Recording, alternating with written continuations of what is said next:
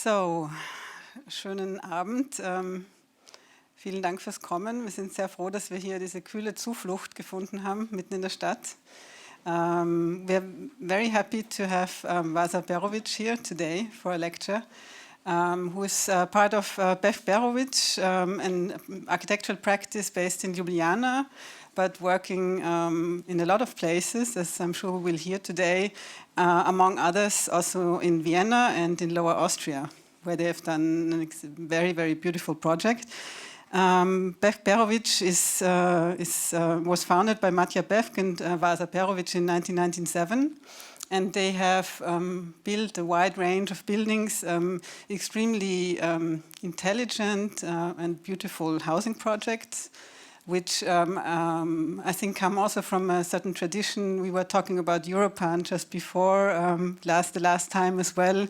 This phase of early Europans, Europan 2 it was, I heard before, of rethinking housing, and I think it's still there in your work, thinking about housing on a very conceptual level, but also materializing it in a very precise and brilliant way. And we have the pleasure of being planning neighbors of PEROVIČ in Vienna at Nordbahnhof, where they're building the Snow White, the Schneewittchen Hochhaus, and we have enjoyed the collaboration and the neighborhood very much. And you have done this wonderful project in Wiener Neustadt, the Kasematten, which has also received a number of prizes. And we are very happy to see everything else and these projects that you're working on at the moment. Does this work? Yeah, it does. Okay, I have a jacket here, so I can also be decent, but so that you know, I'm going to be in short sleeves. Thanks for coming in this super hot weather. I mean, it's probably nicer to drink on the street now. But anyway, yes, as Lina said, it's a little bit of a problem to talk in Vienna because at least 50% of the lecture I have to talk about the projects that we are doing in Austria, I suppose. But when I was thinking what to show today, I wanted to show some of the works, like really more like a random, of course, the things that we did in Austria, or that we are doing in Austria, but also some of the works that are some sort of recent production of the office. But if you allow me to start with this image, this is not our design. These two images, Perugino and the Slovenian architect Otto Jugovec from 1970s, are 465 years apart. And they somehow come in here to illustrate the idea of architecture as some sort of a frame where life can take place. Why do I give such kind of light definition to architecture? Because in a sense we feel that it's liberating to maybe see your work not for all the obligations that we always think that we as architects have to solve in a project, but basically to see them as just some sort of background in which any sort of life can happen, and in that sense give ourselves a little bit more freedom and think about our work from a quite different perspective. Of course, it's not only two of us. We have a not very big office. Now I got really upset when Lina said when we started an office, because I always thought we have an office for 20 years. Now I realize it's 25. But we have a small office in Ljubljana. We actually always work with the same number of people, 12 people, and the two of us. And what we have produced in this kind of very horizontally organized office with no secretaries, or everybody is a secretary in a way, and no let's say, hierarchical organization. It's more like a studio. And somehow these people that we work with, those who survive the first few months, normally stay for longer, and we work in this old department store. In different iterations, of course, are part of all of these projects that we do. These are different iterations. The one on the right-hand side is, of course, from, I think, from Otto Wagner, I suppose. And of course, now that I know that we have been working for 25 years, it's a lot of projects that have happened in this time. And as Lina said, we started by doing a lot of social housing. We are one of those generations that started with Europans. and then went on to spend good part of our career doing housing, social housing, non-profit housing, all in Slovenia, but also in other places. And we are still doing quite a lot of that, even though now we also do some public buildings, some of which I'm going to show. This is, for example, the housing that we constructed, the very small one, in Ljubljana 3 years ago, just pre-COVID, but it took 15 years to construct. So basically, these are some of the projects that we have an office in, not an office, more like a kind of a chair in Vienna, and a chair in Antwerp, because we have projects in Austria, Belgium, Switzerland, Czech Republic, etc. So basically, this is what we have been doing in the last few years. This was also COVID. This is the thing that Lina mentioned. It's a project in Vienna, in Bakov, in their urban plan, which is maybe the youngest of the three. This is a project for a reconstruction of a national theater of Slovenia, which is kind of on and off on our drawing boards, because we won the competition and then the right-wing government canceled it, and now we have a left-wing government, and they're kind of reviving the project. And this is the project that's been with us for already 10 years. It's a national extension of the National and University Library in Ljubljana of Jože Plečnik, a building which I'm sure most of you will know, which somehow is now probably going to go into final stages of construction. I'm not going to show it today. I've shown it already before in Vienna. And these are the projects that are happening in the last post-COVID, in the last 8 months. We were working abroad for many years, and finally we decided to do a few competitions on our own territory. So we're going to construct the new headquarters of Slovenian Railways, and it's also going to be the new central bus terminal of Ljubljana. And then that's going to be the Palace of Justice in Ljubljana, the largest office building in the city, if we get to construct it. And then a small museum, which I'm going to show later. So basically it gives you an idea of maybe a little bit of an idea of a kind of span of projects that we are dealing with or have been dealing with in the office for the last quite many years. In order to maybe start talking about this Wiener Neustadt project, which is in fact an intervention in the historical fabric and some sort of rearrangement of the historical material, maybe this image kind of helps. It's this kind of quote or this title from Erwin Panofsky, where he basically talks about this kind of reconstructing the future out of the fragments of the past. And I think we do that in many ways, in not us but everybody.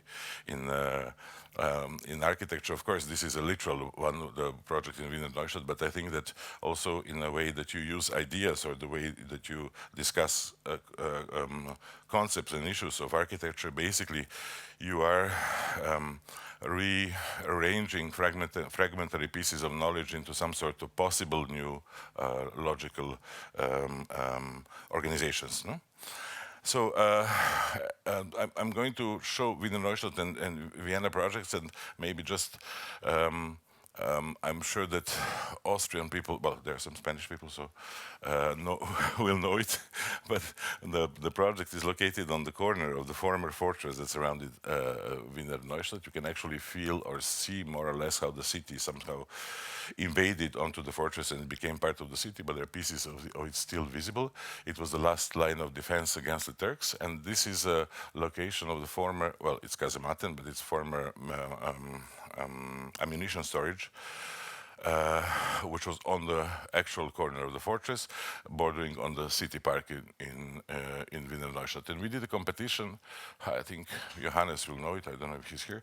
But we did a competition. And basically, I don't remember which year, maybe 4 years ago or something. And over a span of 2 years, we constructed the building. We designed it and constructed it. I think Johannes has probably in the meantime become the honorary citizen of Wiener Neustadt. It was basically, this is the original site. but this was all underground. So basically the idea of these military storages is that over time they have gotten covered by soil, and then they have become part of the park. So they were completely overgrown with trees. There was only one entrance into that. The idea of the city was to build a museum on top of it and somehow connect the two elements. We proposed something slightly different. This is the actual location before we started intervention in this kind of very generous, let's say, maybe not too nice, but very generous city park on the site. And the way the location looked when we first came to see the site, it kind of had this romantic, overgrown feel. That's in the back you see the only door that was actually leading to this underground street where the carriages were bringing all the ammunition. But it also had all these trashy moments like these cages that were probably used, not probably, but they were used for the, customary bear that every small city had in a city park. But at the time when we started working, they were already abandoned. The idea, I'm actually showing partly also the images from the actual competition entries, but also afterwards the developments of the project. First, the idea was to basically construct the building out of three pieces, to leave the old structure as it is, to construct the kind of prosthesis that would connect this underground complex to the city, and then to do a new kind of a Kunsthalle-like space in the back, a large multi-purpose hall. So we basically split the thing. Instead of putting it on top of the structure, we actually split it apart, so it became some sort of the edge of the city park. The first image shows the demolitions, the 19th century pieces, the partitions that came later, the excavations. This whole part of the hill, the whole complete hill had to be excavated to bring the spaces down. That's something like this. And then the two additions, or three additions, because the cafe is also more like a groundwork, that somehow slide and connect into this old structure. As I said, the whole project was designed and constructed over a period of 2 years because it had to be opened for a particular exhibition organized by the city or by the how do you call it, the government of the region, county government. So it was a rather stressful thing because we were doing simultaneously archaeological excavations, evaluating them, including them in the project, and then executing the project in the next phase. So the prosthetic device that connects to the city is called the Welcome Center. It contains the local tourist office, but also the lobby for these underground spaces. And you see roughly in section how the slope basically joins these new spaces or also the old spaces to finally again back to the city. This piece is a sloping square, basically, which can be used in all different ways in order to bring the people and also to bring the people into the space. This is what it looked like when we started excavation. So basically, we had to keep on adapting the project every time something new was found and was considered of a certain importance or was structurally important for the underground constructions. This is our office when you already see the floor plan of this piece, of this so-called Welcome Center and the entrance into the actual underground space. The different phases of construction, as you know, the site is always trashy, and then we always try to produce some sort of perfection out of it. You see how much of this kind of things had to be changed. The concrete structures actually don't touch on the old structures because every time we discovered the structural element like the one in the back, we had to move the complete project backwards or forwards. And finally, the way the space is constructed and open. It was open in time. We were pretty surprised ourselves. And it works pretty well. This is, again, the office, the same people, but then visiting the building when it opened. This is the entrance lobby with this kind of 9-meter concrete space.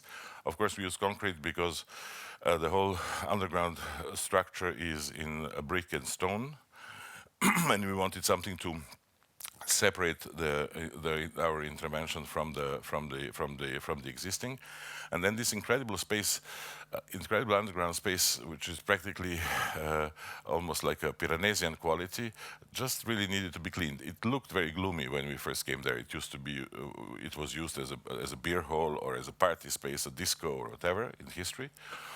But then basically just by cleaning it and inserting a few technical elements, it became, again, this kind of incredible, spectacular space, practically an underground street connecting the three large warehouses and our new programs. This is the former Strada Coperta, the underground street. Of course, we added the stairs so that it can connect, we can connect the levels today. And we also used all the street elements in order to suggest this idea that this, in fact, was a kind of a very, very busy thoroughfare for all the people maintaining the fortress and the security of the city.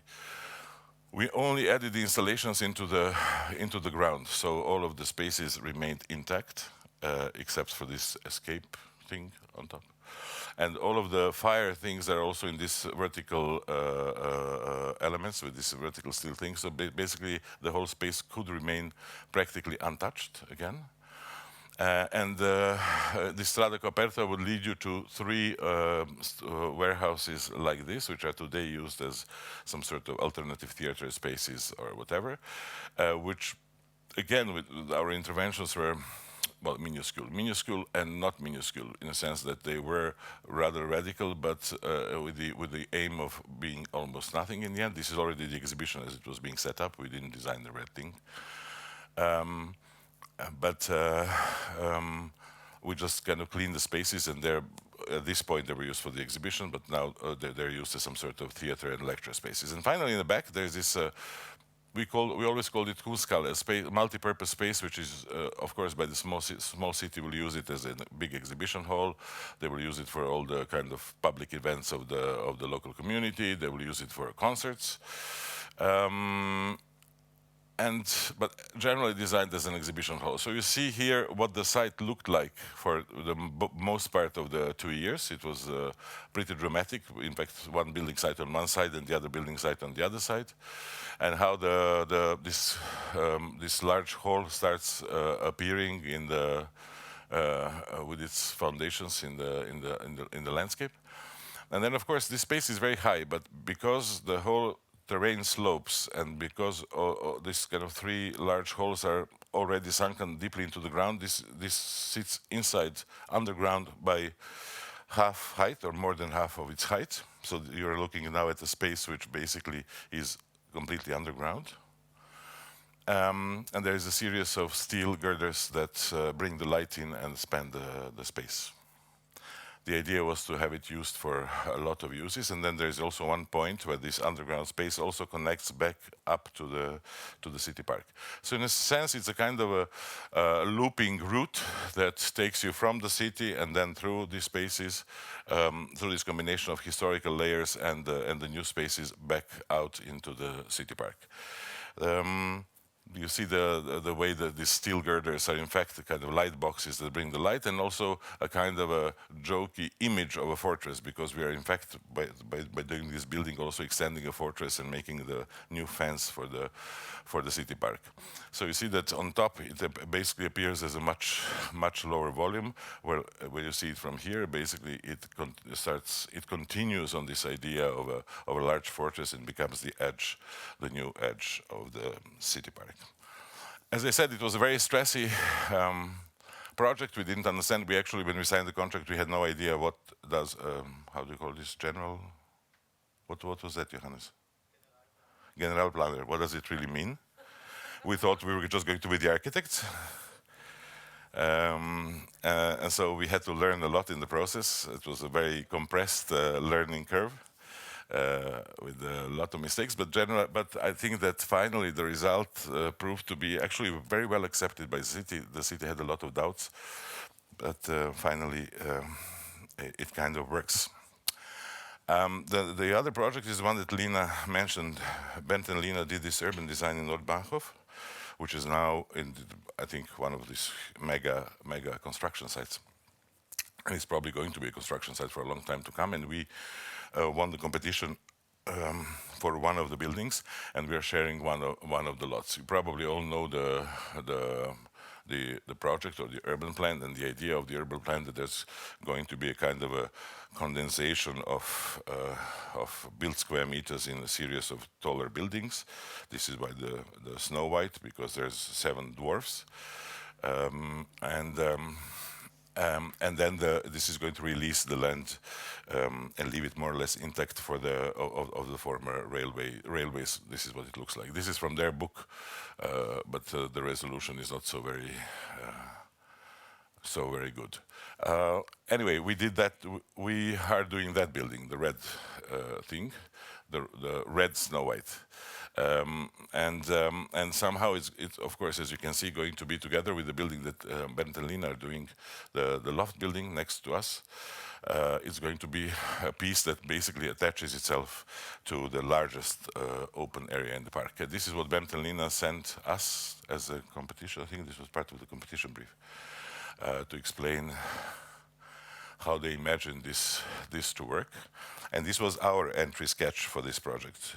We didn't really do a sketch, but we started thinking about this kind of paradox that, of course, when you talk about the tower is a kind of a typology that you can never really talk, or at least very often, or in 90% of the cases, you can't talk about the tower being contextual, because it's basically just a vertical structure. It's a repetition of floors. It's something that this one, of course, is a very beautiful one, and the picture is from the 60s, but it could also be probably 20 or 50 other locations around the world without being particularly specific to any one of them or being specific to every one of them at the same time. And the paradox of the tower is that this is what the person living in the tower sees. No? So that basically, if you live in a tower, you have all these surroundings. And we thought that maybe for this one project, maybe this could become the idea of the project. How about turning the story inside out, and rather than looking for a kind of trying to make the tower, let's say, seem contextual or work in a contextual way. So we started looking, because anyway, what the urban plan proposed was a irregular tower. And as you know, all the housing towers tend to be very fat, because by the time you do all the apartments on the floor, they're more like my proportion. So that was a problem that we were dealing with, but then also the issue that we wanted to have the tower, let's say, become slightly thinner toward the top and make it maybe seem taller, but also look a little bit slimmer. So the idea was to look at all the possible views, because we are sitting on this perfect promontory of the urban plan, and there are all these views that open up even after a very, let's say, a few floors. You're already going to start to see the sites of Vienna, like Augarten or Stephansdom or whatever. So we said, okay, could this be then the theme of how we are going to organize the tower, formally organize the tower? That we are going to look at all these sites and try to make the cuts that would expose particular sides of the tower towards those views. And this maybe just shows the process, or illustrates the process, that basically by cutting it, we are slimming down the building, changing the typologies, and also directing a certain number of units. All the pink cuts are the cuts that actually have the balconies the whole length. And all the rest could become this monotonous facade, and all the rest could be this repetitive facade that just belongs to the original typology of just repetition of the same to however many floors you have. And then the model, this is a competition model, started looking like this, where you would have all these different facades or different silhouettes of the building coming together. A few plans that are not the current plans, but some old plans but the current plans are too technical, but that show you how we did this cutting procedure and put some of the common programs, wanted to put some of the common programs also higher up in the building. And then, as a consequence, you get the typology. These are all rental apartments. The typologies also start having to be altered because of the configuration of the tower. So you get all these different apartments. You're not going to go into your neighbor's apartment and see exactly the same one forever, no? And then how all of these things come together. Basically, all of the brown things that you see are what we call the domestic facades. They're the facades that actually expose the living rooms of the apartments towards the city, towards the views. So when you turn around the building, you would get something like this. We wanted to have these two completely opposing, let's say, presences of the building coming together, so that in a way you could almost see it's like two buildings stuck into each other. We will see what comes in the end. So that if you would turn around, you would get this kind of relatively slim figure of a very fat tower going up in the air.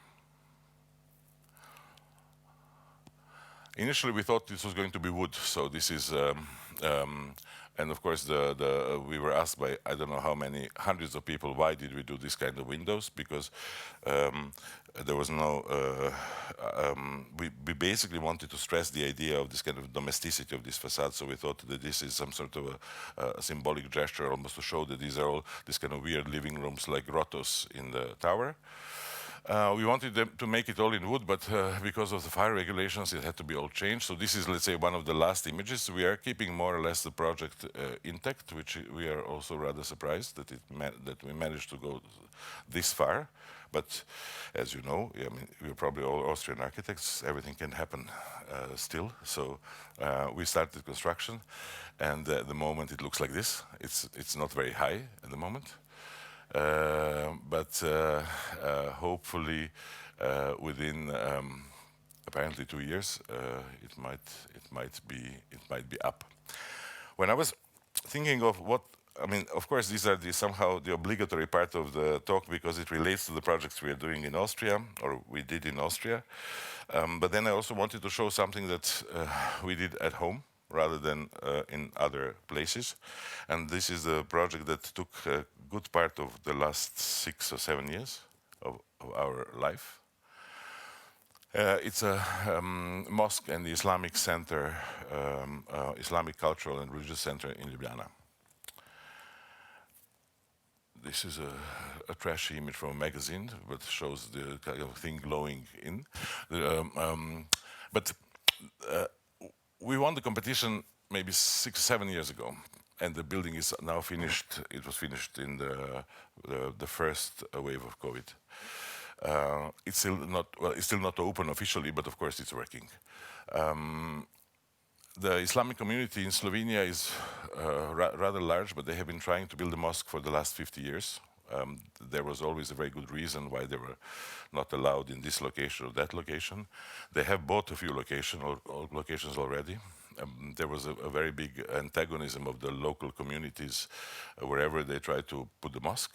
And finally, the mayor of Ljubljana proposed this spot, which is an industrial area right very near the center of the city. This is the beginning of the main railway station.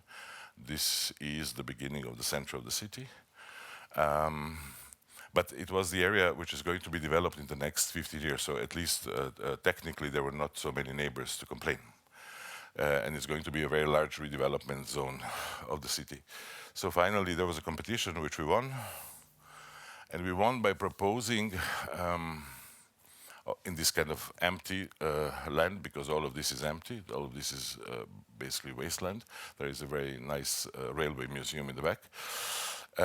We proposed something that was basically standard practice in Sarajevo, in Bosnia, where most of the Slovene community, Muslim community comes from Bosnia, either first generation or second generation or third generation. And in Sarajevo was developed throughout the centuries by extending the city through building of the mosques. They were building a mosque, and the mosque was the generative point around which something which is called mahala was constructed, which became then a part of the city. So we said, okay, this is also going to function in a similar way, that we are building mosque in a wasteland, and over time it's going to be filled in with the city. The city is going to encroach it. And we tried to construct this idea of a small village. So we split the program into pieces. We pushed the program to the edges of the site. You see that the site is kind of triangular, and only the mosque, the big square, is facing Mecca, and therefore doesn't follow the let's say the ownership geometry. We had a look, of course. We didn't know much about the architecture of mosques or the religion itself or whatever, so it was also a relatively steep learning curve when we were doing the competition, and then had to continue further. This was the only mosque that ever existed in Slovenia. Demolished. It was built by the Austro-Hungarian Empire for the fighters from Bosnia, somewhere high up in the Slovenian mountains. So you see somewhere on a 2,000-meter height or 2,500, there is this kind of a very strange hybrid in between a house and the cupola, a house roof and a cupola. So a kind of the original mosque. But then also we looked at these Ottoman mosques of Bosnia. This is Gazi Husrev Begov Mosque in Sarajevo, with this as some sort of structural references.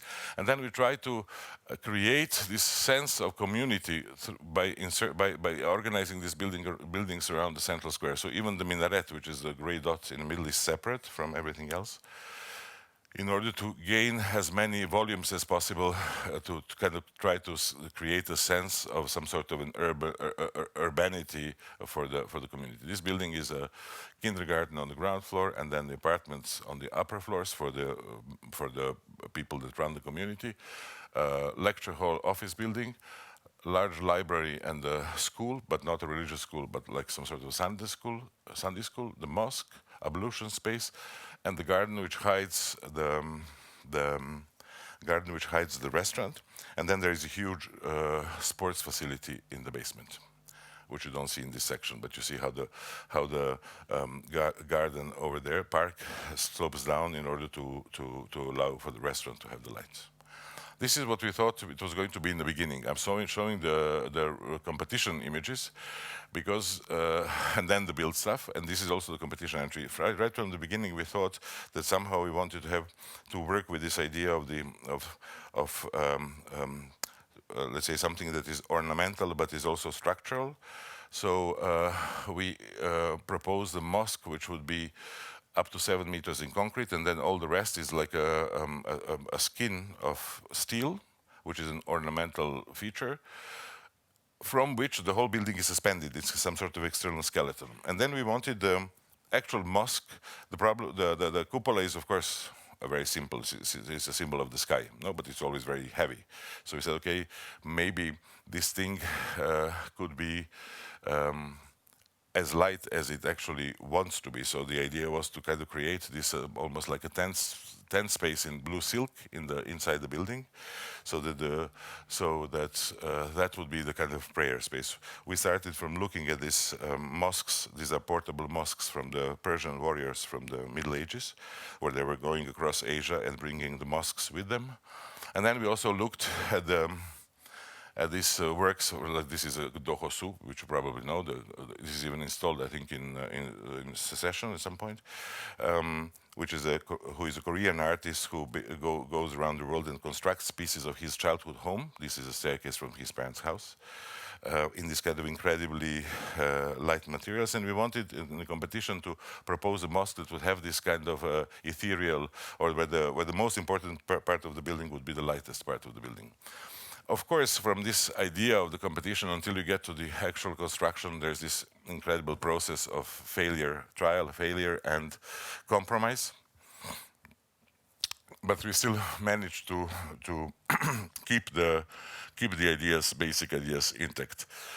You have the idea of what the neighborhood looks like, or so-called neighborhood looked like when we started constructing, and then when we started testing these pieces, which we had to change the structure, because the original structure was done in a very deep 2 centimeter thick steel plates, and it was far too complex to produce. There was only one place in Italy that could produce this size structures. So we had to redesign the whole building, but with the same idea, that the exterior of the mosque, this is the interior of the mosque, it looks a little bit like you're standing under the Soviet rocket with these things. But these are the small cupolas well, small, they're 4 meters diameter, that disperse the light from the ceiling, but also act as as acoustics for the whole space. And then the exterior structure, where the interior facade that you saw before is basically the facade of the street. So this is what would stand on a normal office building towards the outside. So the building is inside out because the interior space is somehow the space. Wait, so I made a mistake. The interior space is more like this kind of public square of the prayer space. Construction at the beginning, first tests of the cupola, and then the construct. This is actually an Austrian office. I think Werkraft or somebody visiting the site just before it was finished. The buildings work in two different ways. The big mosque, the mosque is a 40 by 40 by 25 box with the exterior structure and the building suspended towards the inside. All the other buildings are just normal constructions in concrete, where this ornamental feature is actually an ornament, like in a normal Bosnian house. So it only protects the female members of the family from being seen. And they're surrounding this common space, the square. And then whenever they face the outside world or the city, they have this kind of normal facades that belong to the program. This is a wooden house of these are the apartments. This is the apartment of the head of the Islamic community here, that one. They face the city and therefore they look like normal buildings. So once you're inside, you are in this kind of glove of this white space. We have tried a lot of. The site was closed for 2 or 3 years, so there was this big conflict in Arab countries because the whole project was financed by the Emir of Qatar. So we had a break, and we could use the workers on the site to test things like this is a kind of a terrazzo produced by casting the white concrete in the sewage pipes, slicing it, and then arranging it on the floor, then putting gray concrete around and polishing the whole thing all over again. So it's a kind of a mega terrazzo in 2 scales, which we could do in this period of 2 years of kind of closure of the site and having all the workers that were donating their time sitting there and doing nothing. This is the mosque, which opens up in the summer, so the prayers can extend out. All of these doors will open up, and this thing in the middle is a column, but it is also this kind of it's like a monk cell. It's called itikaf. It's where somebody can seclude himself for 10 days and pray alone with just water. And it also supports the whole entrance and the whole facade of the building. If you look at the park, we were of course super naive. We thought in this park, these little things that you see were supposed to be planted with plants that are mentioned in Quran. So we did it, and they all died, of course. So Slovenian weather did not support the conceptual idea. There is a small. I think this is it, no? A small video made by my students, but I'm just going to scroll through it just to give you a little bit more of a spatial idea, or let's say the idea of how it sits in a space now. So it's basically looks a little bit like no man's land. We have managed to clean everything around. But you can maybe very well see how these things overlap. There is this cafe at the bottom, which is separate from these religious spaces above, which is extremely busy, and you also can enter into a sports hall. You can go up. There's this tree. The only tree that we have is the tree that has been brought from Bosnia, as from home, into the courtyard. It's cool. I'm going to jump a few things. This is not a render, it's actually very well executed.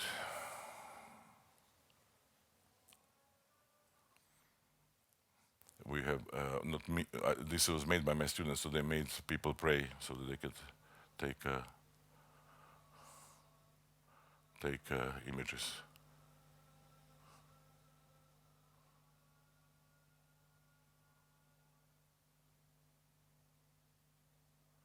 Okay, you can see the cupola suspended. Maybe more. the guy on the right-hand side is the guy who made this, the mega terrazzo pieces. The itikaf, this column.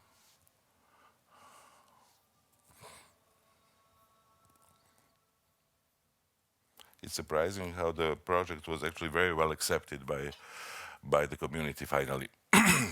It's not only we had a lot of problems with the Islamic community because they didn't want this project. They wanted a traditional mosque.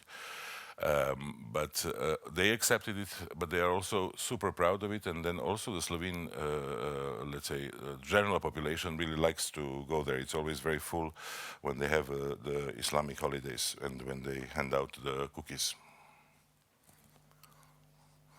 And then another project, which is only a few weeks old, or maybe, and already lost, of course, is a project. It's the third prize that we got in a competition for the New Philharmonic of Prague, which we finished in, I don't know, maybe 2.5 months ago, and the results were 2 weeks ago. Big one, Barocci Vega are second.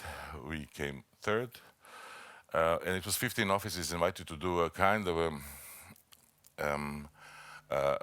some sort of a new, I would not say really symbol of Prague, but to add to this kind of silhouette of Prague. But at least this was our sketch.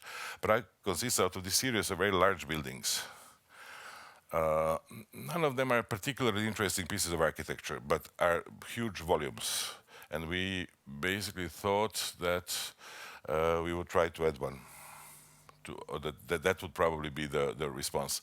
The idea is, this is a main thoroughfare that goes through Prague. It goes through Václavské náměstí, the main, how do you call it, not the square, but this street. And then from the railway station, then there are all the museums and ministries, and then it gets into this area, which is going to be completely developed. And this was the site which was left for the Philharmonic. And we wanted to just try this condensed model to try to make this another one of these huge buildings that are happening along the river or inside the city. And in fact, if you go a little bit higher in the city, you don't, of course, they call it the city of 1,000 towers. I never see the towers. I always see these really fat, big, chunky buildings that somehow define the city. So we did, this is a sketch and it explains more or less everything. We did a very tall building, more like a skyscraper size. It's 65 meters or some 70 meters high.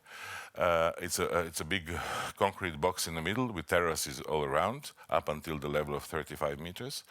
These terraces either become changing rooms or offices, or are and at the level of 35 meters, which is just above all the buildings of that part of Prague, it becomes a lobby of the main hall. Halls go one on top of the other. This is the main lobby, which basically has the view over everything. And this also allows us to have the street completely closed. And we wanted to have this almost like a medieval building, this kind of enormous roof, which there are many in Prague, which comes almost down to the ground. It is a very simple concept. You would basically bring all the people down into the ground floor to the public programs, restaurants and stuff. Then you would take these huge escalators up to the level of 35 meters, and you will be floating above the city. These are just plans taken from the competition entry, so, and with some color added. As you go up on the main levels, this is the level of the main lobby. The pink thing is the foyer of the hall. The blue is a concrete building in the middle. And then we clad it all in this roof, where we propose to cast the huge tiles of frosted glass. Of which, of course, Czechs are able still to do this, because also the glass for the Villa Tugethat originally was produced in Czech Republic. Today, nobody can do it anymore, of course. And to have this kind of another large roof, which kind of opens up on a corner, dominating the city, and basically leave all the other space as a kind of a forest, which comes all the way down to the river.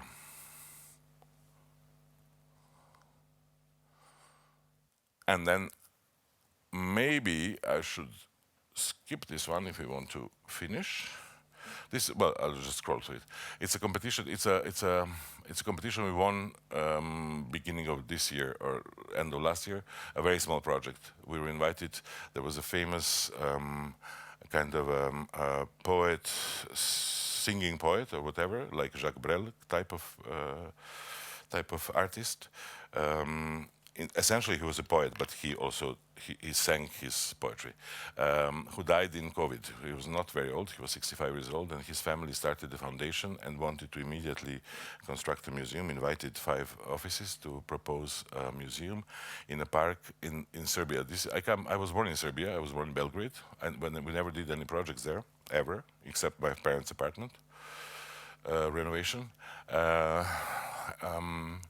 So it was also a little bit of a kind of a doubt. I was doubtful about doing this, but still we did it. Basically, this is the guy. That's the guy. And in a way, it's very difficult to do a museum about somebody who is singing. You know, I mean, unless they do a kind of a hologram inside of him singing, what are they going to show? Or if are they going to show his instruments or his guitars or whatever? I thought the museum should offer a little bit more.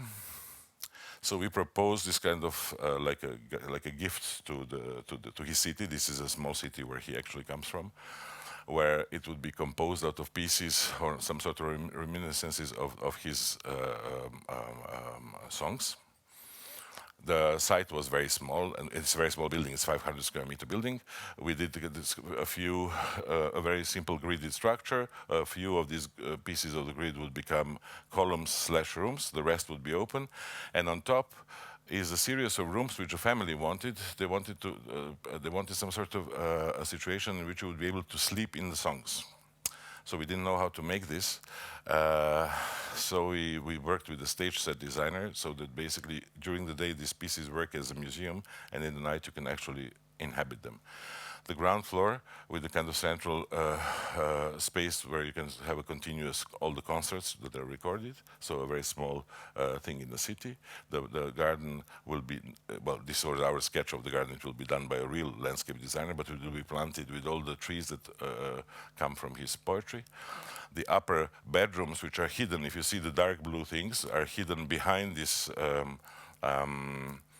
kind of a stage sets that describe the songs, and then the roof, which we designed, but which has pieces that somehow are reminiscent of the songs that I can't tell you the songs, but we started from the traditional houses of Vojvodina. This is this region in between. Well, you have them also here on the border with Hungary. So a lot of houses will have these gangs. So even if this looks all jatish, in fact, the idea was that to have this kind of gang that surrounds the house, so that basically normally it's only facing your own garden if you look at the real house, and in this case, it's facing the world because you can go around in these gangs and basically see the entire city or see the entire park.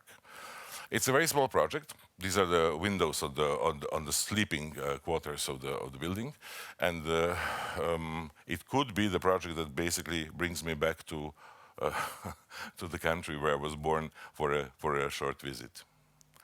Yes, these upper pieces, I'm not really explaining them, but they are some sort of reminiscences, and people who know the music of this guy will know actually what these elements relate to, the tent and the staircase that goes to nowhere, and they're actually motifs from the songs and the detail. Okay.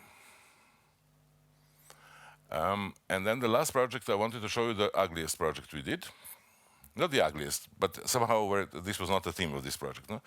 We were asked by friends, or maybe they became better friends now that we finished the project, a few years ago, to design a new house for them. And then we went to the site, and then we saw that actually the house, there was already a house standing, and we told them, and well-built, super ordinary but well-built house from the early 20th century.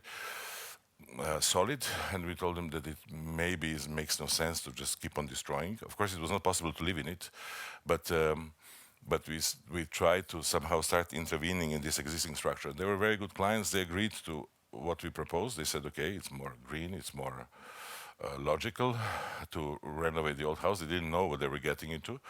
We made them rent the contractor per hour so that we could actually do the project step by step, and this is the result.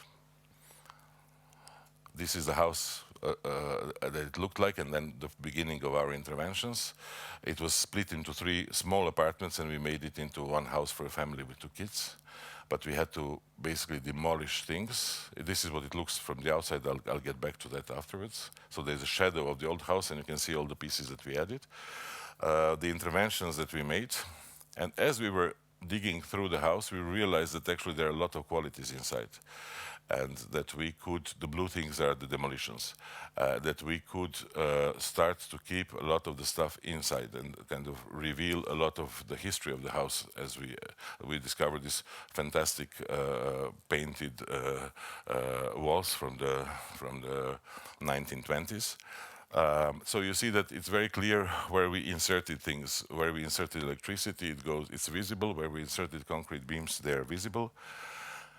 Where we kept the whole staircase, which was basically the staircase of the building because it had 3 apartments, it's very visible. The old terrazzo is completely kept, and then we add the new pieces to it. So somehow, by demolishing floors, we connected the whole building. And then you discover these Pompeian colors, and then it became a theme around which to build the whole interior of the house, the whole renovation of the house. This is actually like this color, this Pompeian red, and then this intense blue spaces. This is what they looked like in the construction site. I think the clients didn't have the idea that it will turn out habitable in the end.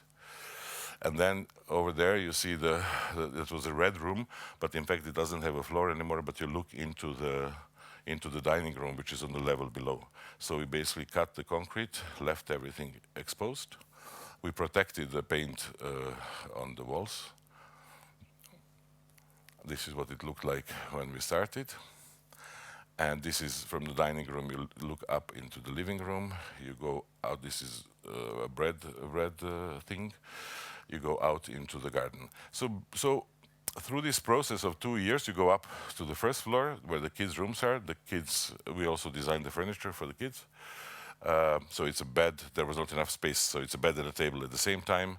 And then you see where we started, where we added pieces. We added the bricks and the concrete and left it visible. And then the stair, which takes you up on the roof, which is missing on these photographs. Now the roof has a small sauna and a very large pergola, which kind of finishes the building.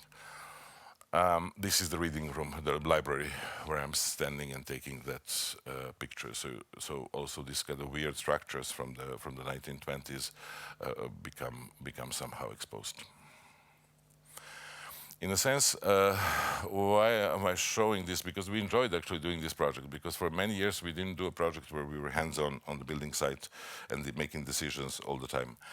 And we realized that this is something that we want to get back to. At the same time, we won all these big competitions, so now we are a little bit doubtful how to progress, because we realize that we are much more interested or much more feel much more at ease with this kind of slow constructions. These people are super happy with the result, even though, of course, it costs probably double of what they thought it was going to cost with the process. And now we are doing for them a very big summer house somewhere in the countryside of Slovenia. Again, a renovation of an old peasants complex into a summer house. So of course, I didn't talk about the details, but all the windows that we added are in a different depth. Of course, these are the ones that we added from the ones from the ones that were existing on the house. If I try to return, and now I'm adding one more image. This is Plečnik, Murka. Now it's in the mental asylum, but it used to belong to a monastery, which was transformed into a mental asylum. This little house, it's falling apart, unfortunately. But you basically see, I added in between this 465 years guy, 60 years back from that, or 50 years back from that. So you see that in general, this is what we think that somehow architecture should finally be. Of course, there are all these ideas that I talk about, but finally it should only function as some sort of a background for life, a platform for life to take place. Okay, thanks. Thank you.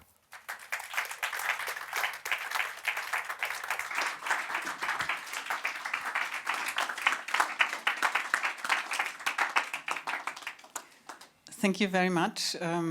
as you showed, of course, it's much more than housing, and very beautiful projects that you showed. What I would like to ask you to start the discussion is, at the Nordbahnhof project, we were really fighting for internationality, to introduce architects that are not from Vienna. Vienna is not very famous for being international. We only were able to introduce this international competition format for the Snow White, which is a little bit part of this telling a fairy tale, no? Of telling the fairy tale of Schneewittchen. And now that you're building the Schneewittchen and you've been introduced to this world of Viennese housing, coming back to housing, I'm sure we'll come back to all the other stuff that you've shown afterwards. What would you say? What was your sort of? What were the complexities or difficulties? And can you see now why Vienna is so resistant to this input from the outside world? And what was your experience with that? No, but well, I think of course there are some things that are worse and some things that are better than where we come from. For example, in our case Slovenia has huge limitations in typological terms. This is why most of the apartments will look more or less the same, because the rules, you have a lot of regulations. Here you have the freedom to, I've seen very many, or not very many, but quite a few, let's say quite a few, more than 5, very interesting typological responses in housing, no? Or more than 5, more than 10, or whatever. And we almost can't have it, because generally it's so restrictive that most of our housing projects were always dealing with the outside space. So we could deal with the outside space because it's unregulated space, and the inside is all regulated. So we were doing the gardens and the urban plans, or the micro-urban plans, rather than dealing with the typological responses. No, I think I don't. Well, international or not international? No, I think that basically everything should be international. We were doing this railway, or this headquarters of Slovenian Railways. I think the second or third prize was Zaha Hadid office, no? And Alejandro Zera was competing for the courthouse, no? So Slovenia is also now introducing this international. I think basically it's all in a way, our common space, and it would help if it would be more open, no? Of course, you have to take care of the people that the architects working here have work to start, no? But generally, I think the ideas have to be exchanged. So it's already faded with the sun. But our experience here, well, I told you that, so you're now pulling my tongue to say it again. We were joking that all of these international architects, not counting us, come to Vienna to do their worst projects.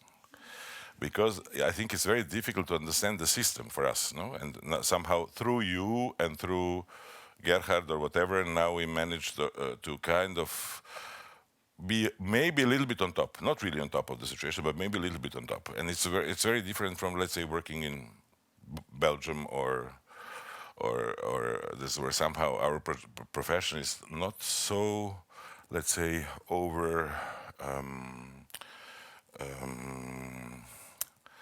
run over by a combination of developer, contractor, and whatever influences, no? So in Belgium, it's still possible. You're still the architect, and you will make the final decisions, no? In Austria, it's not so easy always. So I think that but of course, once you know it, and if you manage to transform this into an operational mode, which I think also your office is doing with a little bit with some projects where you step back from some things because you're interested in others. If you manage to transform a handicap into an operational tool, I think you could produce some sort of a new quality. I don't know what that will be, but that could be a specificity, no? But as far as these international architects go, if I go around and see the buildings done by famous European architects, yeah, probably everybody comes to Vienna to do their worst project. This will definitely not be the case for Schneewittchen, and we don't have to feel guilty for dragging you into this. As I said, I think, but of course, no, it's not. It's also the whole organization. I think also the client and the relations with the client and everything. Well, we'll see until the end. We still have to see. But this is what we were afraid when we came here. We had a look at, and we always thought, okay, how is this possible? There's very interesting projects done by Austrian architects, executed very well. No, executed not very well, but with the kind of very interesting ideas actually built. No. And then you go and see, but of course, the international architects came always with some sort of developers that were doing hotel. I don't know what's the name of that hotel with the ceiling, painted ceiling. Yeah. So anyway, no, I think we should all open up and be a little bit relaxed about exchanging work ideas. So it can only be to a benefit. No? Of course, there's so much housing construction in Vienna. I think you're the world leaders at the moment when you go around the city. We also have a lot of construction, but not nearly as much, and not nearly as much housing.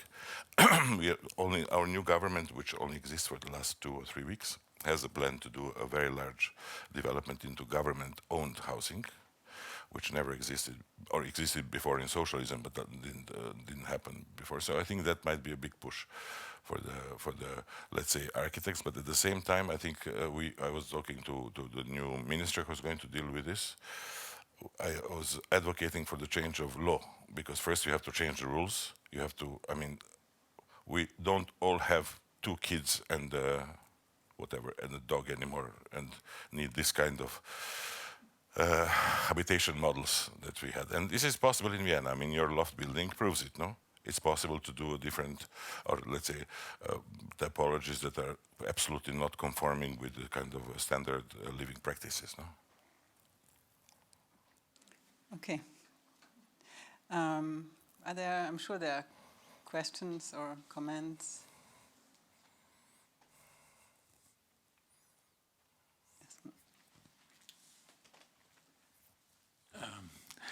Well, thank you for this beautiful lecture.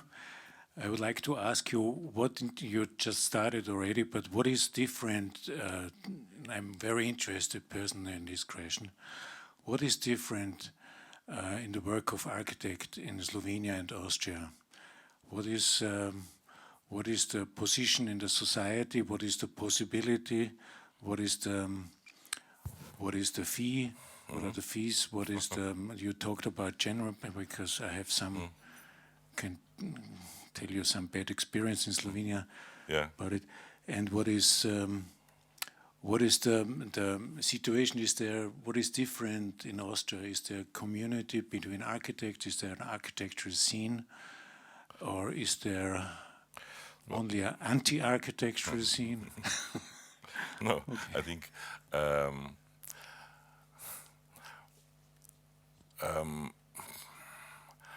No, I was joking, but I was not joking when I said that we had no idea what the Generalplaner means when we signed the contract. So we have to do a learning curve in here. For example, in Slovenia, it is not. I'm not allowed to be a Generalplaner. I am obliged, not I'm obliged. I'm obliged to force my client to take somebody else to oversee my project, so that I don't get too involved in the project. There are a lot of bad things, but I think because we live and work in that environment for so many years, we have managed to, let's say, find our slalom track through this, and we have managed to somehow, let's say, make our own working method, which somehow produces things to a certain degree and to a certain quality. There are a lot of contractors that don't want to work with us. When they see that our project comes on offer, they will not submit an offer. No? So we are difficult to work with. But I think that's also a bit necessary. As an architect, I think you're more respected in Austria than in Slovenia, if you're talking about the general respect in a kind of socially, we don't count for much in Slovenia. Here, the magazine is going to publish an opinion of an architect, not so much in Slovenia. But still, I mean, I think generally fees I will not mention, but yeah, of course, Slovene fees are similar to Slovene, let's say, relation between salaries in between the 2 countries, so lower, but still bearable. I mean, we have quite a few foreign architects working, so it's obviously possible. But generally, I think no. I think that architecture is much more respected here. There's much more talk about architecture in Austria. The problem is that maybe the economic pressure of the market, especially Vienna, economic pressures that dictate the market are so much unrelated to architects and so much out of our power, no? That you can basically, well, you have to find your own slalom, and sometimes you're going to manage, and sometimes you're going to make a wrong step on the second turn. And there, I don't know if that answers your question, but I think, yeah, that should be it. We're not that far away. You can sit in a car in 2 hours. You see the situation. I may introduce myself. I'm journalist Isabella Mabo. I wrote about your Islamic Center, and you mentioned in your lecture now that it was executed very well. And you mentioned at a project in Austria that it was not executed very well. And this is something I noticed as well, that the quality, how the things are crafted or the detailing, like the mosque or this kind, is very hard to find in Austria in this way. So I would like to ask you, how is it possible, or is there something different? Because in our country, everybody complains about the norms and about the laws and about the directions. Is there a difference in culture or attitude? Well, we belonged to the same empire. We were part of your empire. So I think that a lot of habits are inherited. No? So there is a lot of similarities. Execution, no, I think it's possible to execute things perfectly in Austria. They're just much more expensive. So if you are able to pay, you can get a perfectly executed thing. The problem is you're not able to pay for them. But I think, no, I think we have much, I mean, generally much the same attitudes. I'm not, as I said before, I'm not from Slovenia. I also don't have a Slovene passport, nothing. I'm a Gastarbeiter. So in that sense, I can't judge for the Slovenes, but I don't know if there are any Slovene people here. But The mayor of Ljubljana is also Slovene. Yes, that's true. And he was instrumental in actually allowing or making the Islamic Center happen. No? First of all, thank you very much for the wonderful presentation of your projects. And I'm, as an Austrian architect, very, very ashamed that I see no one of these Viennese architects here looking or visiting your wonderful presentation. Maybe you said it more in a diplomatic way. They are working, but maybe this is, we are absolutely not international here in the Austrian way of architecture. And the second why I'm also very ashamed as a teacher in a technical school that there are many colleagues of you coming from former Yugoslavia, working here in Vienna, working on university, working as architects here, and nobody wanted to visit. I hope that most of the young students, young architects here, will never forget this wonderful presentation and think about this in many years later. But I was teaching in TU here for 2 years, so it was possible to meet me also with the Austrian students. And now we did the project together with TU. Last semester we did the project, my students from Ljubljana and the Tina students from TU. We did the project together. Well, much has been said already and asked and discussed. I just wanted to add up to these questions that in my mind, while you were speaking, I was thinking, how shall I ask you about education and how shall I ask you about cultural implications of form? Because this well-structured lecture gave us a vision of whiteness, of cleanliness, of form. And it is something which I feel is not about Austro-Hungarian monarchy or roots we have together, cultural roots, but it's maybe about the South, maybe about north of the Alps, south of the Alps, regional thinking, So my thinking was to ask you, some of us studied at Technical University Vienna, others have studied at Academy of Fine Arts or at University of Applied Arts. So Lina maybe have told you about the teaching here. But I would be also, besides your personal education, be interested if it's for you influential how your work has developed with your partners. Because years ago, me and my husband, we had a chance to speak at the Croatian Association of Architects, and it was fun. It was a big party. It was really about public spaces and architecture in community and neighborhood building and stuff like that. And so I thought maybe I ask you a bit about the region and about the education of your... Yeah, but maybe more about educational models, because, for example, I teach in Ljubljana University, and it's a very different educational model to what you have here, no? Because we have this 19th century Meisterschule model still, and I think it actually works. I mean, I don't know if it works well, but it's also one of the possible models of education, no? I think it works well. I take students in a second year, and they study with me until the diploma, no? They don't change, so it's one teacher for all the design subjects. And then in every year you have a kind of a theory of design, one teacher. So this is what I teach in fourth year. I teach theory of design, and in all the years I teach design. And it's a different model from TU, where students keep on flying from one room to the other. I don't know, I think Angewandte is again a bit more like my school, no? Yeah. And I think this model, the Ljubljana model, produces this much more intense relation with the students. Of course, I know their girlfriends, boyfriends, mothers, fathers, whatever, by the time they're finished with the school. It has a different sense of community of architects, but also is a model where, okay, if you're lucky to be in a good studio or to have a good rapport with your teacher, no? You can get a lot out of it. No? Some people say that it's stupid because they will learn everything they know about architecture from me only. I always encourage my students to change studios, especially the good ones. The lousy ones you throw out anyway, but the good ones to change studios because to see more. But I think this is a good model. And of course, how the model, how you educate young, and we are the only school in Slovenia. Slovenia is the size of one corner of Vienna, or maybe Vienna. No? Well, now there is a second school in Maribor, which is a little bit more technical oriented. And this model, of course, produces then a generation of architects.